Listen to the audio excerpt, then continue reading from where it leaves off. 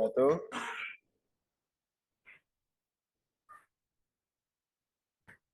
Perkenalkan, nama saya Setiawan dari NIM 226022410059 selaku moderator, dan ada M. Naufal Yuda Faris NIM 226022444016 dan yang lainnya sudah tertera di sini ya.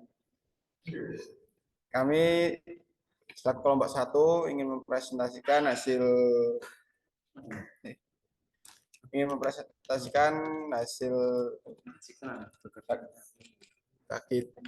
hasil penelitian kami yang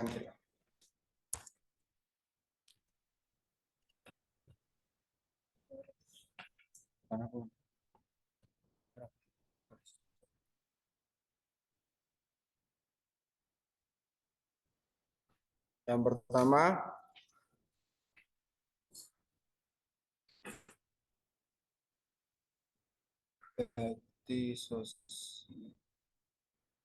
bakti sosial atau lebih dikenal dengan baksos. Ini merupakan suatu kegiatan wujud dari kepedulian atau rasa kemanusiaan terhadap sesama, di mana dengan adanya kegiatan ini kita dapat merekatkan rasa kekerabatan kita terhadap orang lain. Kegiatan ini dilakukan untuk memberikan manfaat dan tujuan-tujuan tertentu.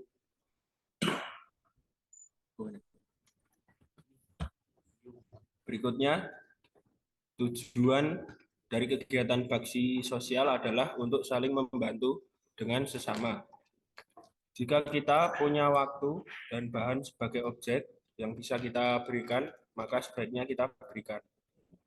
Hal itu untuk membantu mereka yang membutuhkan. Di samping itu, semua kita bisa menggali rasa peduli kita dengan sesama.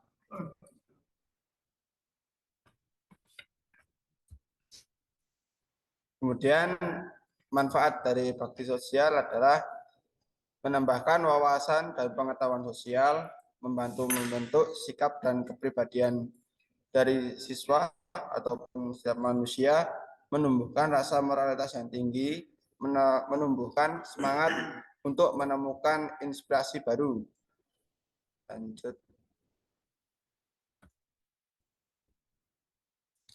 Kemudian contoh-contoh kegiatan bakti sosial adalah 1. Kerja bakti, 2. Ronda, 3. Penyuluhan, 4.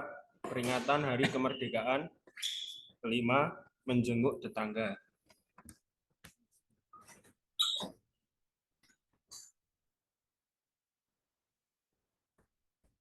Yang kedua,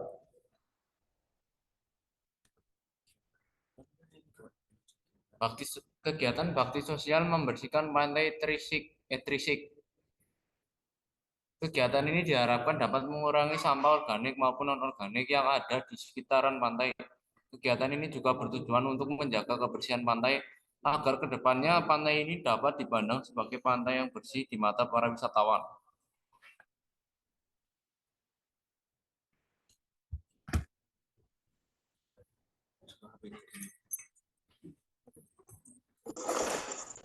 Kegiatan bakti sosial ini dilakukan pada 8 November.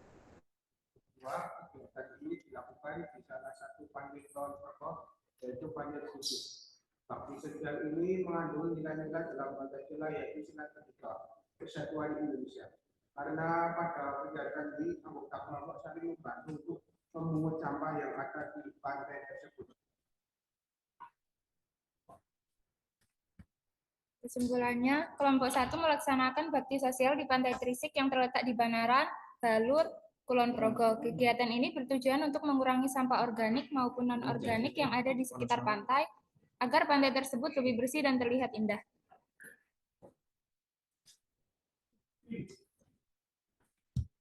kemudian penjelasan tentang Pantai Trisik.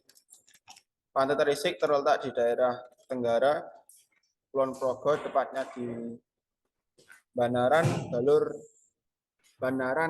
Galur. Pantai Trisik merupakan pantai yang landai berupa hamparan pasir hitam. Kawasan pantai Trisik dibatasi oleh muara Sungai Progo di sebelah timur sungai yang menjadi batas alam Kabupaten Kulon Progo dengan Kabupaten Bantul.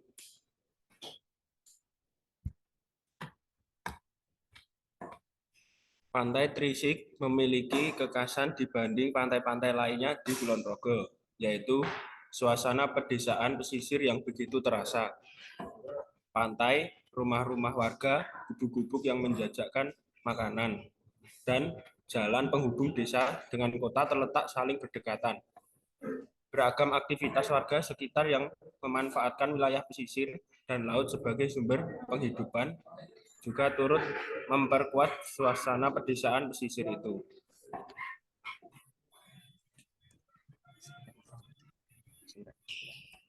Sekian presentasi dari kami kali ini. Apabila ada pertanyaan, Boleh. Maaf sebelumnya atas kendala teknis yang kami sebabkan. Di sini saya sebagai perwakilan kelompok 2 akan mempresentasikan mengenai implementasi nilai-nilai Pancasila di kehidupan sehari-hari. Bisa tolong di swipe, Mas?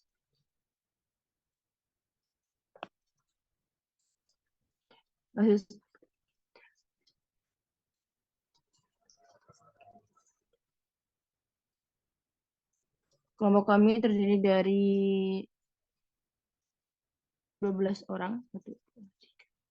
Seperti yang ada di daftar. Next.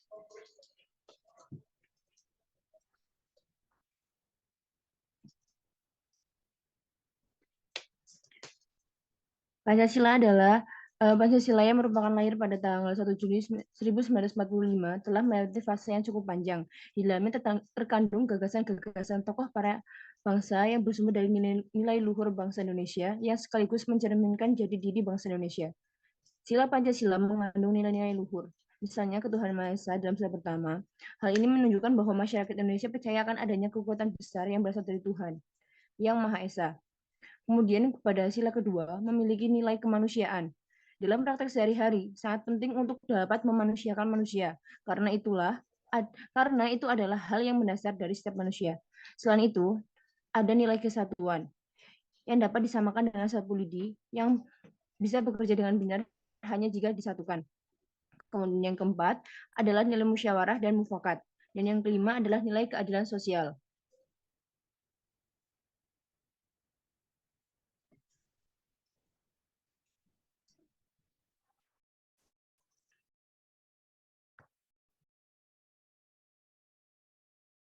Kemudian di dalam Pancasila terdapat perisai di burung Garuda. Perisai yang dikalungkan melambangkan pertahanan Indonesia. Pada perisai itu mengandung 5 buah simbol yang masing-masing simbol melambangkan sila-sila dari dasar negara Pancasila.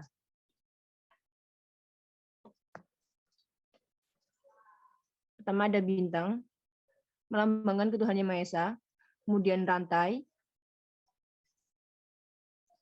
melambangkan sila kedua, kemanusiaan yang adil dan beradab. Kemudian naik ke atas ada pohon beringin yang melambangkan persatuan.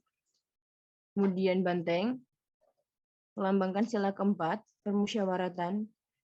Dan padi dan kapas melambangkan sila kelima, di mana berarti keadilan sosial bagi seluruh rakyat Indonesia.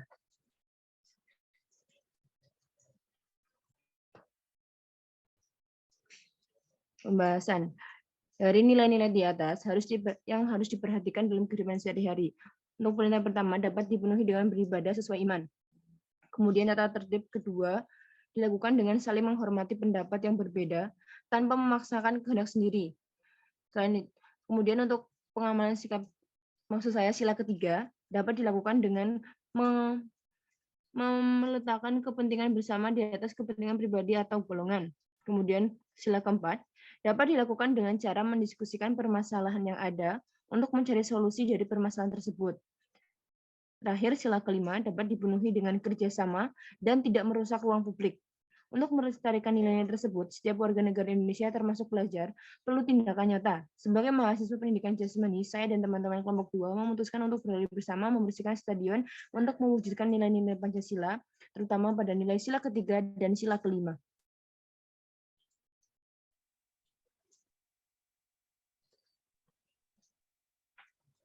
Izin Mbak Rosi untuk Ya, gantian silakan menjawab. dilanjutkan, Mas. Pada dasarnya olahraga bukan hanya mengandung manfaat dalam menyehatkan tubuh saja, namun juga menumbuh kembangkan nilai-nilai luhur yang sangat berguna pada kehidupan. Karena di dalamnya bukan hanya menyangkut keterlibatan individu saja, tetapi juga keterlibatan masyarakat luas. Bidang ini sudah memiliki kaitan dengan kehidupan orang banyak, dan sebab itu mempunyai dimensi sosial serta fungsional yang sangat luas. Olahraga berperan atau berfungsi untuk menyehatkan tubuh. Bidang olahraga memiliki peran strategis dalam mengaktualisasikan kembali nilai-nilai positif yang terdapat di dalamnya untuk ditransformasikan dalam kehidupan kebangsaan dalam rangka memperkokoh keutuhan Negara Kesatuan Republik Indonesia. Next. Salah satu contoh olahraga adalah jogging. Jogging merupakan olahraga yang baik untuk membentuk massa otot, membakar kalori, mengurangi jaringan lemak tubuh, dan menjaga kesehatan jantung. Tujuan utamanya adalah untuk meningkatkan kebugaran fisik dengan lebih sedikit tekanan pada tubuh daripada berlari lebih cepat, tetapi lebih dari berjalan. Atau untuk mempertahankan kecepatan tetap untuk jangka waktu yang lebih lama. Ada banyak hal positif yang bisa dipetik dari olahraga yang berkaitan dengan nilai-nilai Pancasila. Mulai dari kedisiplinan, sportivitas. Misalnya ketika sebuah tim olahraga melakukan pertandingan, para pendukung tidak lagi memandang suku, ras, atau agama. Mereka hanya fokus untuk mendukung tim supaya memperoleh kemenangan. Tidak hanya itu saja, olahraga juga membentuk karakter bangsa dan nilai-nilai nasionalisme.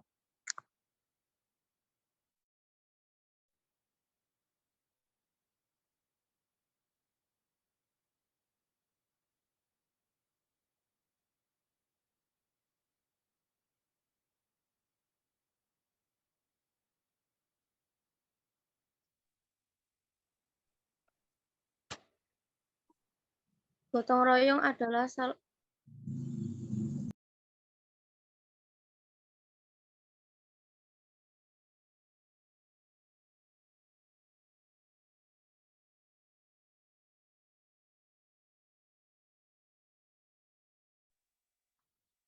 Gotong royong adalah satu asas dalam Pancasila.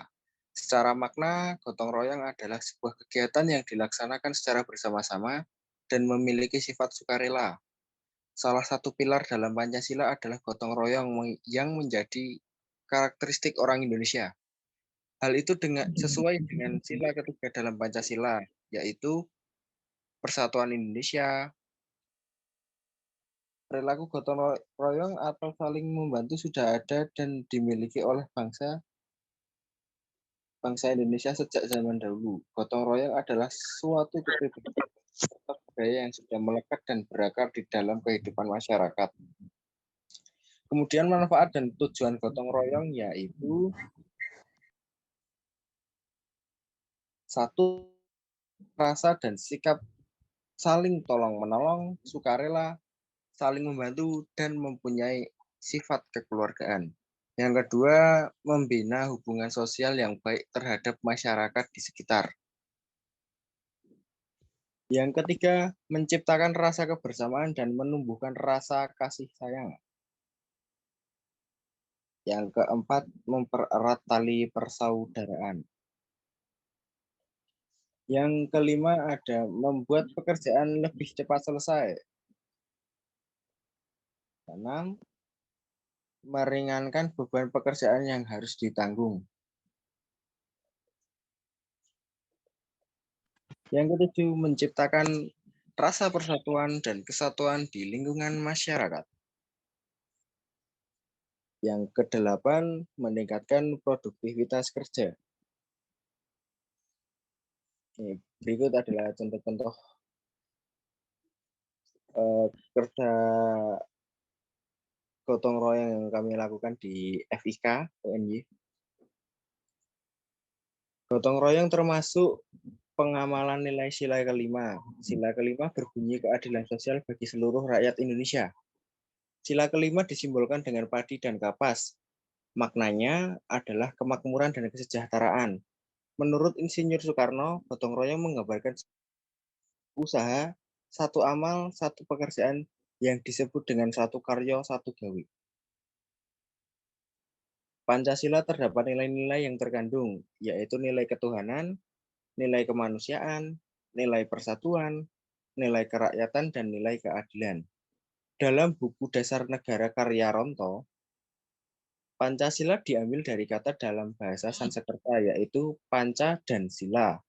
Panca berarti 5, dan sila berarti batu sendi.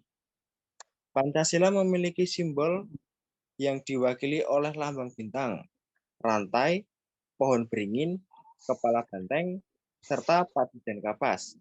Menurut buku Pendidikan Pancasila dan Kewarganegaraan oleh Rahmanuddin Tomalili, nilai Pancasila adalah nilai-nilai yang hidup dalam realitas sosial, keagamaan, maupun adat kebudayaan bangsa Indonesia dan bersifat universal.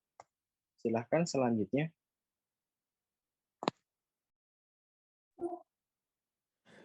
Kesimpulan, nilai dalam Pancasila sangat dibutuhkan dalam sebuah kehidupan olahraga maupun kehidupan sehari-hari agar dapat berjalan dengan baik. Misalnya dalam olahraga atletik, kita dapat menjalankan sebuah hubungan dan komunikasi serta kerja sama yang baik. Walaupun atletik merupakan olahraga individu tapi tidak lepas dari bantuan ataupun dukungan orang lain.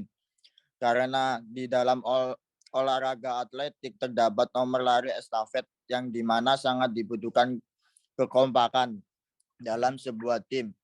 Seperti membutuhkan komunikasi dan kerjasama yang baik agar dapat mencapai tujuan bersama-sama. Maka dari itu dibentukkan setiap pemain harus saling berkomunikasi dan bahu-membahu agar dapat membangun kerjasama yang baik dan dapat mencapai hasil yang maksimal.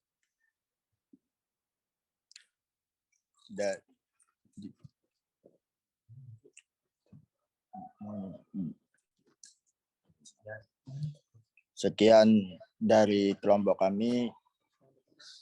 Kalau ada pertanyaan, monggo